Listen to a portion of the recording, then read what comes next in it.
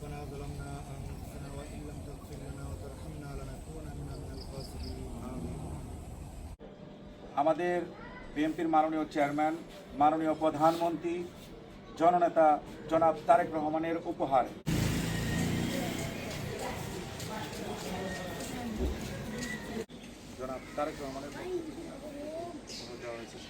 July August ঐতিহাসিক গণ অভ্যুত্থানে শহীদ আমাদের ভাই, আমাদের সহযোদ্ধা শ্রাবণ গাজীর কবর জিয়ারত করলাম আমরা, ঢাকা জেলা উত্তর ছাত্রদলের নেতৃবৃন্দ। আমরা আমাদের ভাই সহযোদ্ধা শহীদ শ্রাবণ গাজীর আত্মার মাগফিরাত কামনা করছি। মহান আল্লাহ তাআলা যেন তাকে জান্নাতুল ফেরদৌসের উচ্চ মাকাম দান করেন। আমরা আমাদের ভাইকে হারিয়েছি এই জুলাই আগস্ট ঐতিহাসিক গণ অভ্যুত্থানে আন্দোলনে।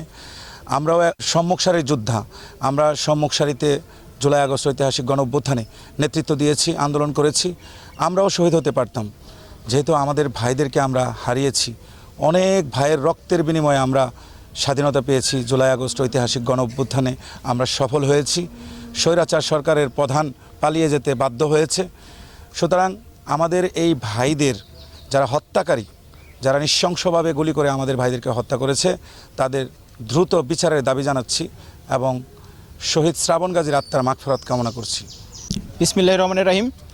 বাংলাদেশ জাতীয়তাবাদী ছাত্রদল কেন্দ্রীয় সংসদের যে কর্মসূচি, সেই কর্মসূচির অংশ হিসেবে আজ এবং আগামীকাল অর্থাৎ 28 এবং 29 জুলাই প্রধানমন্ত্রী জনাব তারেক রহমানের যে উপহার, সেই উপহার সামগ্রী আমরা পৌঁছে দিচ্ছি জাতীয়তাবাদী ছাত্রদল ঢাকা জেলা উত্তর শাখা। এবং আমরা জাতীয়তাবাদী ছাত্রদলের যে শহীদ আছেন তাদের কবর জিয়ারত করছি। তো আজকে আমরা আজ এবং আগামীকাল আমাদের এই কর্মসূচি চলমান থাকবে। এছাড়াও আমি বলতে চাই যে ঐতিহাসিক যে জুলাই আগস্ট গণ অভ্যুত্থানে যারা শহীদ হয়েছেন, যারা আহত হয়েছেন, আমরা তাদের পাশে আছি এবং পাশে থাকব। এবং অনতিবিলম্বে যারা এই হত্যাকাণ্ডে অংশগ্রহণ করেছে তাদের বিচার নিশ্চিতের দাবি জানাচ্ছি। জনাব তারেক রহমানের পক্ষ থেকে সাভারে